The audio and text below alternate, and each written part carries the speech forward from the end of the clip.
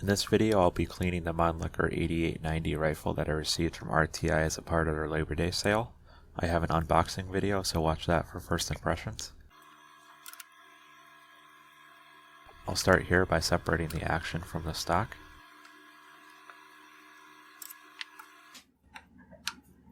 I'll then work my way forward by removing the 3 bands.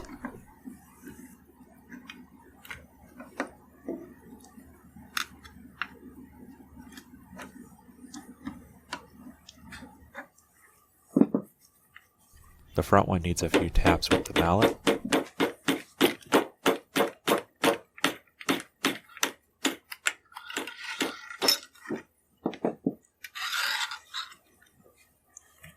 Then I can flip it over and lift the stock off. The first thing I'm going to tackle is the magazine/trigger guard. This lever at the back is the clip release.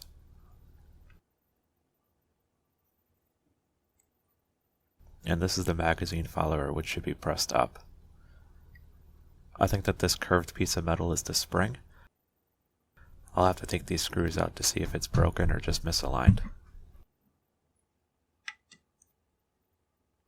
I'm not sure if there's some sort of order to this, just trying to figure out as I go.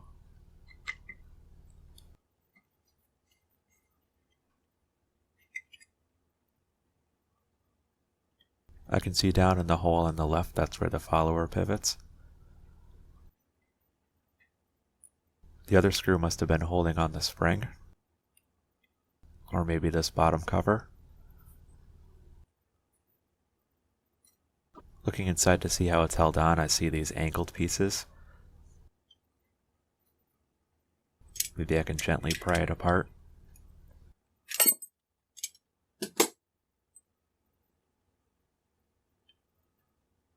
Now to see how the follower is held in. Wiggle it about and push it out the bottom.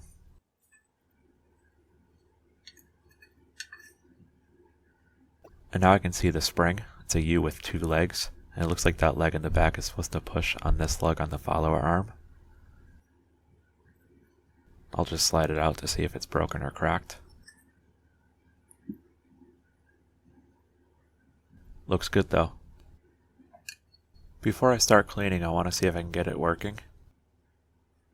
I'll put the follower back in.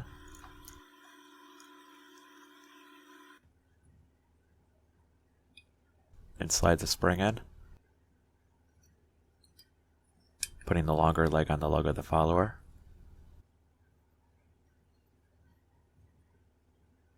Hold it together, and then I can test it out. And that looks like it's working. And the bottom cover probably holds the spring in place. Let's put that back in. Sliding these angled pieces together.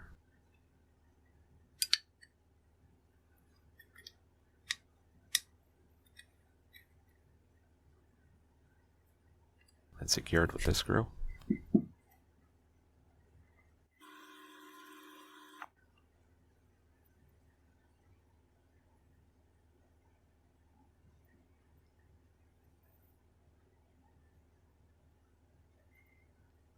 And now with that sorted out, I'll take it apart again for cleaning.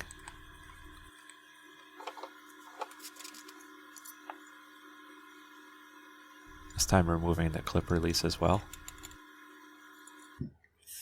To clean, I'm just using WD-40, or you can use any degreaser. It's not too important which one. Sometimes just getting the crud wet is all you need. I'm scraping with a popsicle stick, which won't harm the finish. Not that there's too much of it to worry about, but it's always good to default to less invasive methods when you can.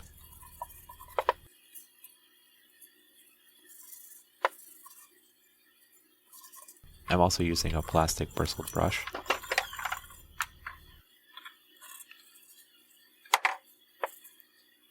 As I clean, I can see some markings showing. You have to take my word on it as it's a bit out of focus, but they look like random inspection stamps. Couldn't see them at all previously.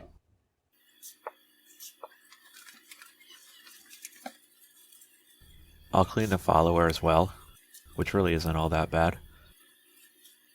I could take it apart, separating the 2 arms and the spring, but it's good enough just keeping it together.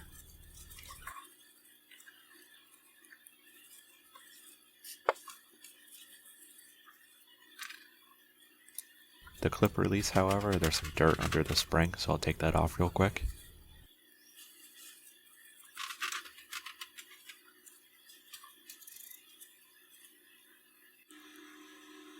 I'll even give the screws a quick spin in the rag. I'll put the magazine back together now so I don't forget how it goes. Making sure to oil all the moving parts, so hopefully it's a bit smoother than it was previously.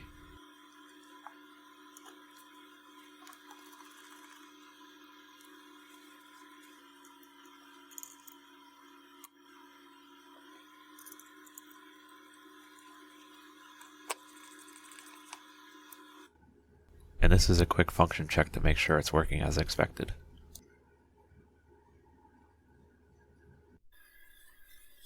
I'll move to the bands now, cleaning them up. Again, I'll put all three together so you can see, since it's a lot of the same.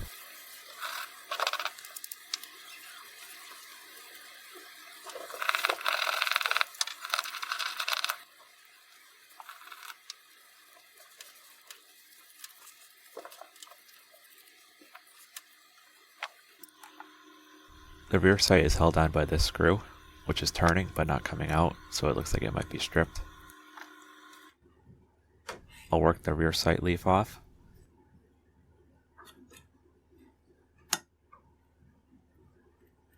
And then I can see how it works with the two buttons on either side. Looks like there's two separate arms with a V-spring in the middle. Can't be a cheap part to make. As I move the action back, the side plate just dropped off. I've been seeing these referred to as side plates. I guess I didn't realize that's literally what they are. They're part of the 1890 update, and they put them over the old rear sight to have different markings for the updated cartridge. You can make out those markings on the bottom here. I'll have to gently pry the other side off.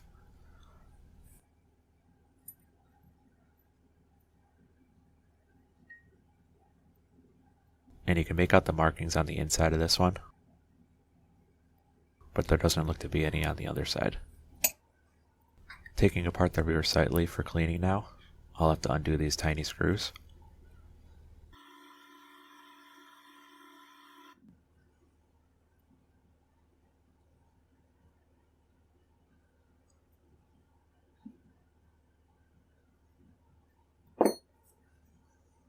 And this piece just below the notch is supposed to slide out for the volley sight that aligns with the post on the middle band. I tried it before, but it was stuck. I'll move to the vise and give it a few taps with the brass punch.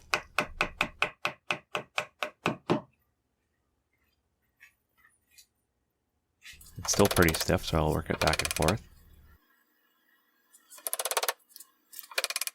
And brush it a bit as well. The slot in it is split, which provides the spring tension to keep it from moving around. I'll get some dental floss in there and slide it around to clean out the dirt.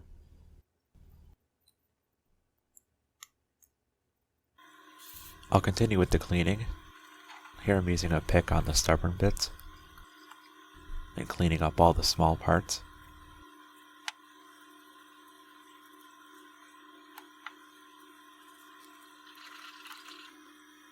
I'll reassemble the rear sight now just to keep everything together so I don't lose anything.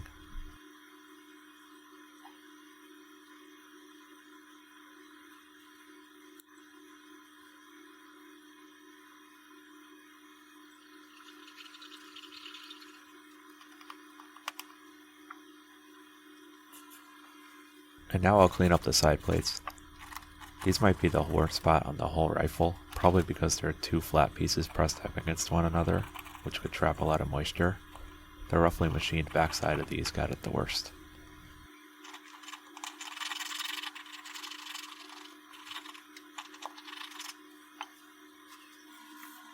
With most of the sub-assemblies out of the way, I'll turn my attention to the barreled action starting at the muzzle. The parts that we're showing aren't too bad, but there's a lot of crud at the wood line that needs to be scraped off. It's pretty stubborn, so I'm giving it a few rounds of degreaser and scrubbing.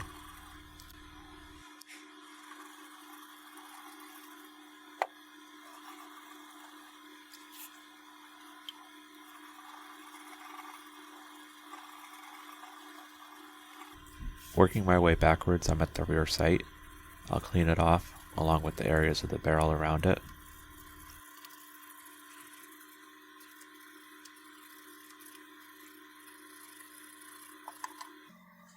You can see a lot more markings showing themselves.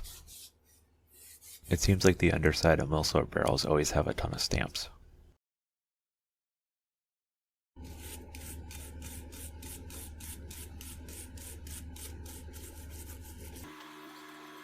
I'll use the pick to scrape the gunk off the sides of the receiver. The stuff looks like old, dried out grease that's hardened over the years. To take out the bolt release, I'll first clean up the head of the screw. Take it out.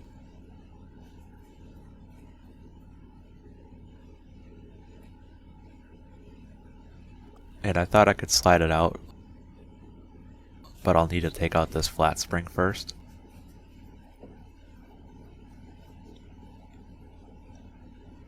I'll lift it out, and then with some wiggling I'll take out the bolt release as well.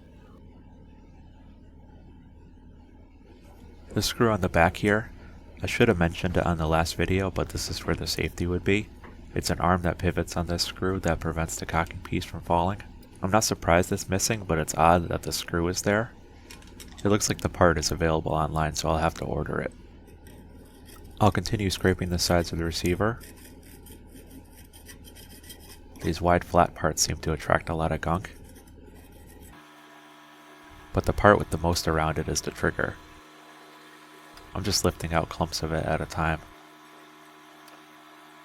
It's all around it and on either side as well.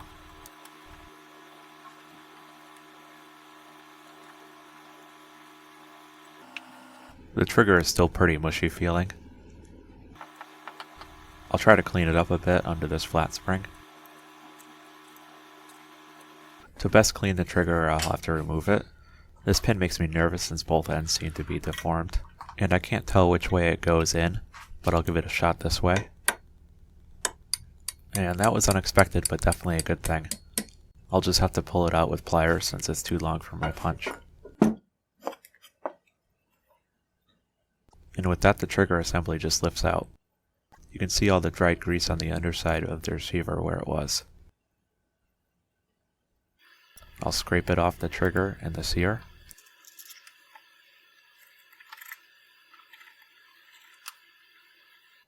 Before I clean it up too much, here's a demo of it. The trigger and the sear are still pretty tight. Hopefully spraying it will make it a bit better, but first I'll just brush off the rest of the gunk. I did try to drive out the pin holding the sear and the trigger, but unlike the other pin, it wasn't budging at all. It's a bit better now. Hopefully a few drops of oil will be all it needs.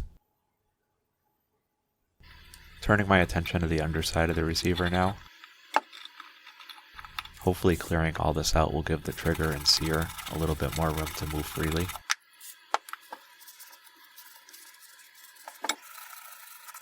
Back on the outside, I'll spray it down and brush away the last of the dried grease.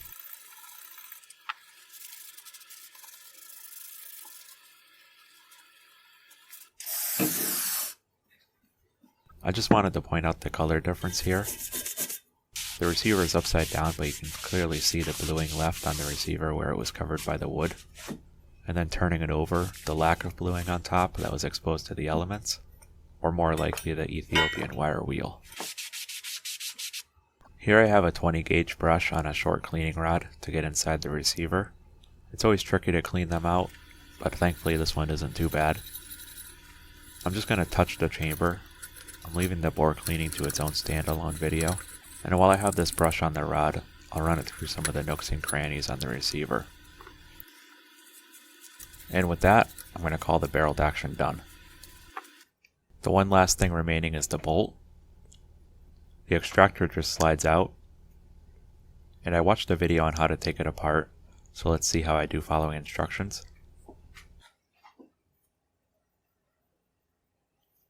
I'll cock it back, holding the wedge tight against the bolt body, and then unscrew the bolt head.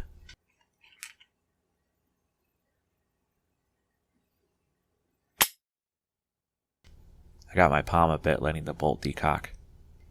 With the bolt standing up, I'm pushing down on the firing pin.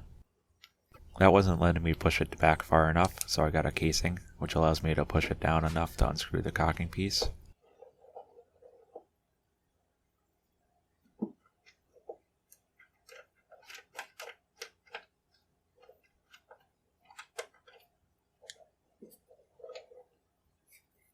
And then lift off the bolt handle.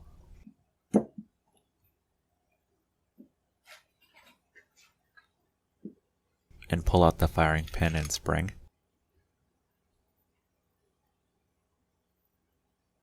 I read the wedge is held on by a ground screw, so I'm not going to attempt to remove it. It does move freely, so no need. And there you can see just what's left of the screw head. I'm checking to see how the inside looks. Pretty clean if you ask me. I'll just brush everything down, but like I said, almost everything here is pretty clean.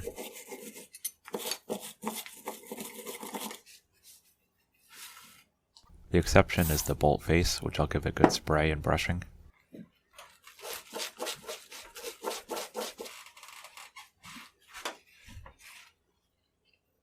Reassembling the bolt, I'll use some gun oil.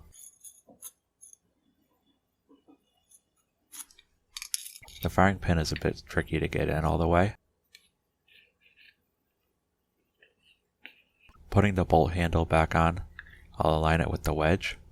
You can see how they interact here. The bolt handle cams the wedge up and down as it slides back and forth.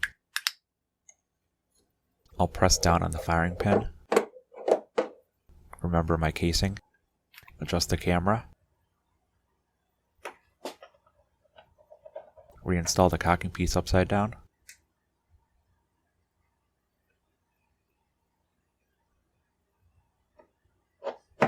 Finally realized my mistake. And get it back on the right way.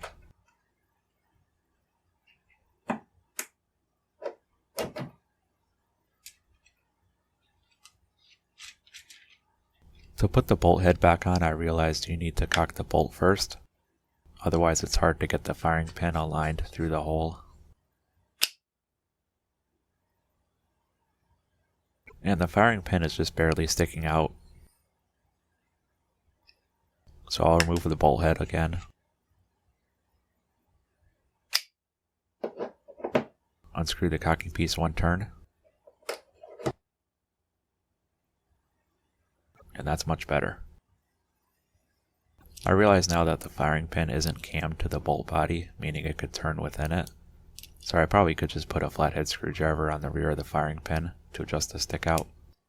I wonder how often they need attention if they work themselves loose. And to finish up, I'll just stick the extractor back on.